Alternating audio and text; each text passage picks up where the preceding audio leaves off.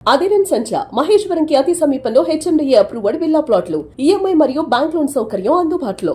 ఉత్తరప్రదేశ్లోని శంబల్ జిల్లాలో ఓ దారుణ ఘటన జరిగింది. ఓ అక్రమ సంబంధానికి అడ్డొస్తున్నాడని భర్తను దారుణంగా చంపిందే కాకుండా అతన్ని గ్రైండర్లో వేసి పీసులుగా చేసేసింది. బాడీ మొత్తాన్ని నుజ్జు అయిపోయిన తర్వాత గ్రైండర్లో తీసుకుపోయి బయట పడేసింది అనమాట. అంటే ఏ మాత్రం ఆధారాలు లభించకుండా ప్రయత్నం చేసింది. కానీ అతని ఒంటి మీద ఉన్నటువంటి టాటూ ఈ మీద హత్య చేసింది అని చెప్పి పట్టించింది. ఎంత దారుణం అంటే చంపేసిందే కాకుండా పోలీసుల దగ్గరికి వెళ్ళి భర్త కనిపించట్లేదని చెప్పేసి కంప్లైంట్ కూడా ఇచ్చింది. చివరికి పోలీసులు అయితే పట్టుకున్నారనుకోండి. ఒక్కసారి మనం అసలు ఇంత దారుణంగా ఎలా ప్రవర్తిస్తారు, ఇంత కిరాతకంగా ఎలా ఉంటారు మనుషులు, ఎలా చేయగలుగుతారు, వాళ్ళకి ఏం అనిపించదా అలా చేస్తుంటే? ఈ విషయాలు మనతో మాట్లాడటానికి ప్రముఖ సైకాలజిస్ట్ వీరేంద్ర గారు లైవ్ కాల్ అందుబాటులో ఉన్నారు. ఒకసారి ఆయనతో మాట్లాడదాం. సార్ నమస్తే అండి.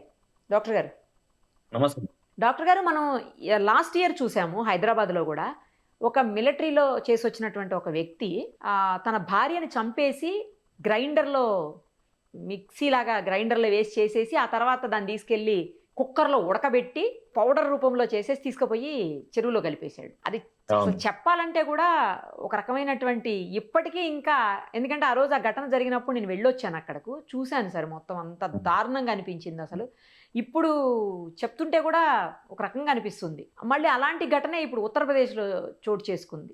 భర్తని చంపేసి గ్రైండర్లో వేసి నుజ్జు చేసేసి తీసుకెళ్ళి చెరువులో ఎక్కడ పడబోసింది. ఏంటి సార్ మనుషులు అసలు ఇంత దారుణంగా? ఎందుకంటే వాళ్ళ లైఫ్ పార్ట్నర్స్ కదా, ఇంత కిరాతకంగా ఎలా ప్రవర్తిస్తారు? కొంచెం కూడా మానవత్వం లేకుండా ఎలా ప్రవర్తిస్తారు అసలు? ఫస్ట్ ఆఫ్ ఆల్ ఈ ఘటన డిసెంబర్ 18 జరిగిందంట సార్. చాలా లేటుగా నిన్న ఈ రోజు బయటకు వచ్చింది. సరే అండి, ఇప్పుడు దీన్ని మనం 2-3 భాగాలుగా విడగొట్టి చూద్దాం. సో దట్ మనకు క్లారిటీ వస్తుంది. ముందుగా ఏంటి, వ్యక్తిని చంపడం.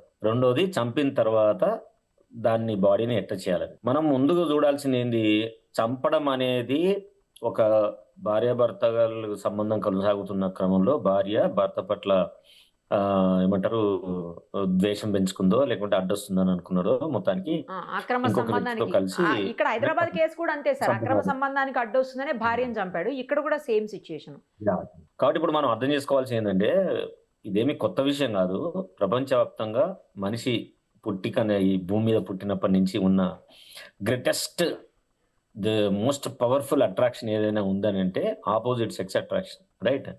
సో ఇప్పుడు భార్యాభర్తల మధ్య ఉన్న ఆకర్షణ అది సరిగ్గా లేనప్పుడు వేరే వ్యక్తులకు ఆకర్షితులు అవ్వడం, వేరే వ్యక్తుల్ని ప్రేమించడం, వేరే వ్యక్తులు పెళ్లి చేసుకోవడం, సంబంధించి విడిపోవడం అనేది చాలా రోజుల నుంచి చాలా సాధారణంగా మనకు కనిపిస్తుంది. మనం రకరకాల సూత్రాలు, రకరకాల రూల్స్ అండ్ రెగ్యులేషన్స్, చట్టాలు, మతము ఇవన్నీ పెట్టి మనం ఫిక్స్ చేయడానికి ట్రై చేస్తాం. కానీ బట్ సమ్హౌ ఒకసారి ఎక్స్టర్నల్ రిలేషన్షిప్ ఎంటర్ అయిన తర్వాత వాళ్ళు ఈ రిలేషన్షిప్ నుంచి జంప్ అయిపోయి ఆ రిలేషన్షిప్ పోతారు అనేది కొన్ని వేల కేసులు మన పరిసరాల్లో జరుగుతూ ఉన్నాయి. ఓకే, సో ఇప్పుడు ఎందుకు చంపుతున్నారు? వాళ్ళ ఒక సంబంధం ఇష్టం లేదు. ఇష్టం లేనప్పుడు ఏం చేయొచ్చు? డెఫినెట్ గా డివోర్స్ అనే ఆప్షన్, ఎగ్జిట్ ఆప్షన్ ఎప్పుడు ఉంది కదా. వదిలేయచ్చు, ఎవరి పాటికి వాళ్ళు బతకచ్చు. ఏ మతంలో అయినా, ఏ చట్టంలో అయినా, ఏ దేశంలో అయినా ఎగ్జిట్ ఉంది. మ్యారేజ్ ఎంట్రీ కానీ ఆప్షన్ ఉంది. అయినా సరే ఎందుకు వీళ్ళు చంపుతున్నారు? దిస్ ఇస్ దే అసలు మనం బాగా ప్రశ్నించుకోవాల్సిన అవసరం ఏంటంటే, ఎందుకు చంపడాన్ని వీళ్ళు ప్రాక్టీస్ చేస్తున్నారు? ఎందుకు చేస్తున్నారంటే, ఒకటి, ఈ చేసే వ్యక్తులు, ఈ చంపడం అనే వ్యక్తులు, వాళ్ళకి ఐక్యూ లెవెల్స్ తక్కువ ఉంటాయి.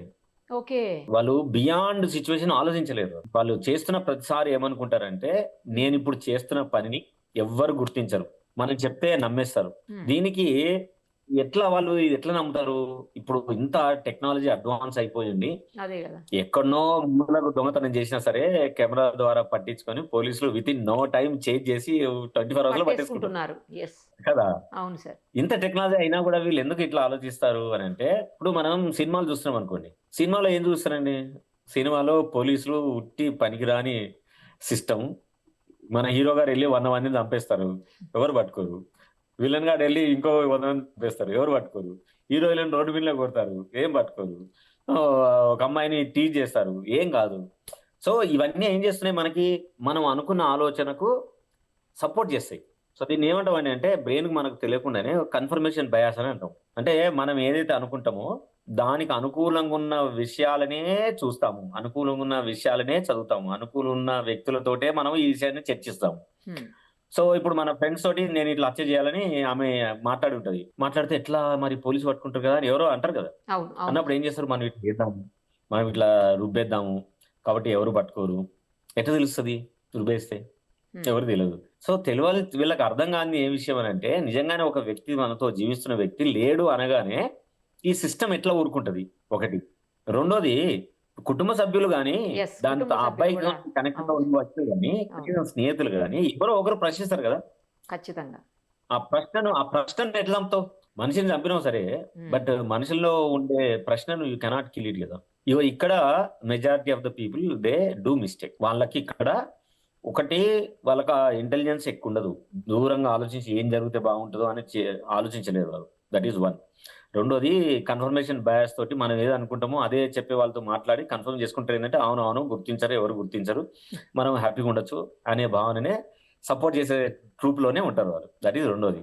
మూడోది ఏంటంటే, ఇట్లాంటి నేర ప్రవృత్తి చేయాలి, ఇట్లా చంపాలి అనేది వ్యక్తులకు వాళ్ళకు ఆల్రెడీ మానసికంగానే జబ్బు ఉంటది.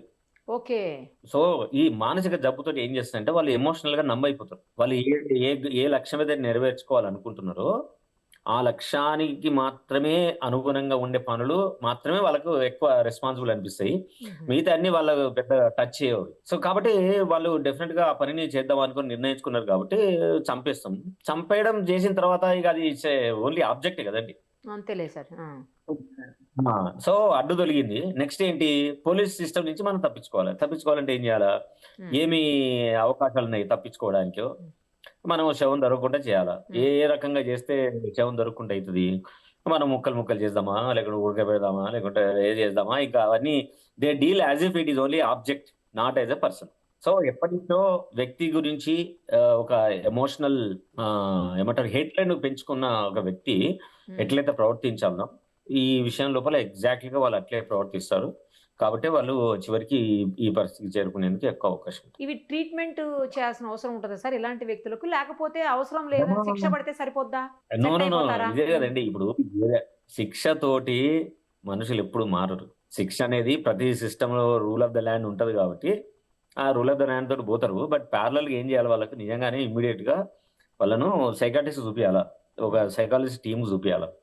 ఒకటి సైకాలజికల్ ఇవాల్యుయేషన్ ఉంటది. హ్మ్. పర్సనాలిటీ అసెస్‌మెంట్ ఉంటది. వాళ్ళకి ఏం సైకోపాథాలజీ ఉందో ఐడెంటిఫై అయితది. ఆ సమస్య ఎప్పటినుంచుందో తెలుస్తది. తెలిసినప్పుడు ఏంది దీని ఫీడ్‌బ్యాక్ తీసుకొని ఈ డేటాను మనం ప్రజలకు తీసుకురావాలి యాక్చువల్‌గా అయితే. ఇప్పుడు మన జైల్ అనే సెంటెన్స్‌ని చేంజ్ చేసి డిపార్ట్‌మెంట్ ఆఫ్ కరెక్షన్స్ అని పెట్టుకున్నాం గదా! ఇప్పుడు. We are not calling it as a jail. We are calling it department of corrections. కానీ అన్‌ఫార్చునేట్ ఏందంటే మన దేశంలో ఇప్పటి వరకు గూడా ఈ శిక్షల గురించి, తర్వాత శిక్షించబడుతున్న వ్యక్తికి మానసిక స్థితిని తాలూకు రీసెర్చ్ గాని మన దగ్గర ఏం లేదు. ఎప్పటినుంచో ఉన్న రూల్స్, రెగ్యులేషన్సే మనం ఇప్పుడు ఫాలో అవుతున్నాం. నిజానికి ఏం జేయాలా? ఒక వ్యక్తి ఇలాంటి ఏమంటారు అందరికి భయం గొలిపే పద్ధతిలో ప్రవర్తించి కిరాతకంగా ఉండే వ్యక్తులను నిజానికి వాళ్ళ ఒక రీసెర్చ్ సబ్జెక్ట్‌గా ఆలోచించాలి మనం. అవును. అవును. ఆలోచించి వాళ్ళ మీద పరిశోధన చేయాలి. వాళ్ళ ఆలోచన సార్ విధానం మీద. నాకింకో చిన్న డౌట్ గూడా ఉంది.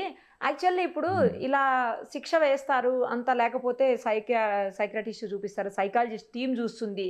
అంతా హ్మ్. ఓకే. హ్మ్. కానీ వాళ్ళు నిజంగానే సైకలాజికల్ ప్రాబ్లమ్‌తో బాధపడుతున్నారా? లేకపోతే యాక్ట్ చేస్తున్నారా? అదెలా తెలుస్తుంది? తప్పించుకోవడానికి యాక్ట్ చేయొచ్చుగా? లే లే లే. వాళ్ళకిప్పుడు మనకి ఒక ప్రొజెక్టివ్ టెస్ట్ అని ఉంటది ఓకే. సైకాలజీలో. ఓకే. వాళ్ళు ఒక 3, 4 టెస్ట్‌లుంటాయి అట్లా.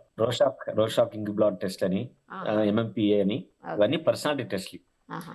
నువ్వు ఒక్కసారి, 2 సార్లు అబద్దాలు ఆడగలుగుతావు కావచ్చు. కానీ ఎక్కువ సార్లు ఆడలేవు. ఆ పరీక్ష దొరకబట్టిచ్చేస్తది.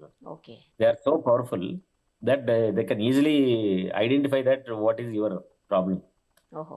సో, ఆ ప్రాబ్లమ్ వచ్చిన తర్వాత దాన్ని ఎట్లా ట్రీట్ జేయాలా? దానికి మోడల్ థెరపీస్ ఏమున్నాయనేది చాలా ఎస్టాబ్లిష్డ్ థెరపీస్ ఉన్నాయి. మన భారతదేశంలో వీటిని పట్టించుకోరు గానీ, ప్రపంచవ్యాప్తంగా ఇప్పుడు మోస్ట్ డెవలప్డ్ కంట్రీ అమెరికా లాంటి దేశాల్లో, లండన్ లాంటి దేశాల్లో తప్పకుండా ఒక హయ్యర్ పొజిషన్‌లోకెళ్ళాలి అనుకుంటే ముందు ఈ టెస్ట్‌లు చేస్తారు. ఓకే. ఇలా తెలియని. ఇప్పుడు రాలో ఉండాలి. ఇన్వెస్టిగేషన్ టీమ్‌లో ఉండాలి. హైయెస్ట్ పొజిషన్‌లో ఉండి వచ్చిన నేరస్తులని లేదు బయట నుంచి వచ్చిన ఏమంటారు వేరే కంట్రీ నుంచి మన దేశానికి డిప్యూట్ అయిన ఆ కంట్రీ రిప్రజెంటేటివ్స్ వీళ్ళందరినీ ఇంటర్వ్యూ చేసి వాళ్ళ ఇన్సైడ్ థాట్ ఇవాల్యుయేట్ చేయాలి అంటే okay person need to have high level of intellectual ability.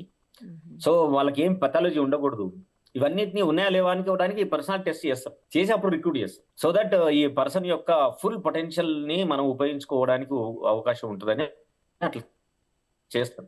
Right sir. మన దేశంలో చాలా తక్కువ చేస్తారు కానీ బట్ అవును, మన వేరే ఏ దగ్గర దేశంలో పెద్దగా అయినా సరే ఉండదు కదా, అలా హై చేస్తే పొజిషన్ వాళ్ళని బాగుండు, మనం మన దగ్గర తీసుకుంటాం. కూడా చాలా బయటపడతాయి. ఆ, మనకి యాక్చువల్గా ఇది ఇప్పుడు ప్రతి కాలేజీలో స్కూళ్ళలో అమ్మాయిల మీద దాడులు జరుగుతున్నాయి, అవును, అటాక్స్ అవును, జరుగుతున్నాయి. అవును. ఎందుకు జరుగుతాయి? టీచర్లు చేస్తుంటారు, లేదు బస్ డ్రైవర్లు చేస్తున్నారు. చేసినప్పుడు యాక్చువల్గా ఏం చేయాలంటే ప్రతి స్కూల్లో ఫ్యాకల్టీ కానీ లేదు సబ్ స్టాఫ్ ఎవరున్నా సరే వాళ్ళను సైకోమెట్రిక్ అసెస్మెంట్ ద్వారా వాళ్ళకి ఏమైనా సైకోపథాలజీ ఉందో ఐడెంటిఫై చేయాలి. చేసి వాళ్ళని నిజంగానే ఐడెంటిఫై అయితే వాళ్ళకి ట్రీట్మెంట్ చేయాలి. ట్రీట్మెంట్ చేస్తే బెటర్ అవుతారు వాళ్ళు, కాకపోవడం అంటూ ఉండదు. సో వెరీ రేర్ ఒక పర్సనాలిటీ డిజార్డర్స్ లెవెల్లో ఉన్న వాళ్ళు కొంచెం ఇబ్బంది అయితే వాళ్ళని మనం తీసి బయట పెట్టడమే చాలా ఉపయోగకరమైన పని. కాబట్టి ఈ ఈ ఈ మోడల్ ఆఫ్ సిచ్యువేషన్ మన దేశంలో కూడా వస్తే మనకి ఇట్లాంటి కిరాతకాలు జరగడానికి చాలా తక్కువ ఆస్కారం ఉంటుంది. ఓకే మనం పిల్లలు స్కూల్ పంపించినా వేరే దగ్గర పంపించినా కానీ ఒక సేఫ్ ఎన్వైరన్మెంట్ క్రియేట్ చేసిన ట్రస్ట్ మనకు కరెక్ట్ ఉండేందుకు సార్. అవకాశం ఉంటుంది. Thank you sir, thank you so much. Thank you. Suman టీవీలో మీ పర్సనల్ అండ్ బిజినెస్ ప్రమోషన్స్ కోసం కింది నెంబర్కి కాంటాక్ట్ చేయండి.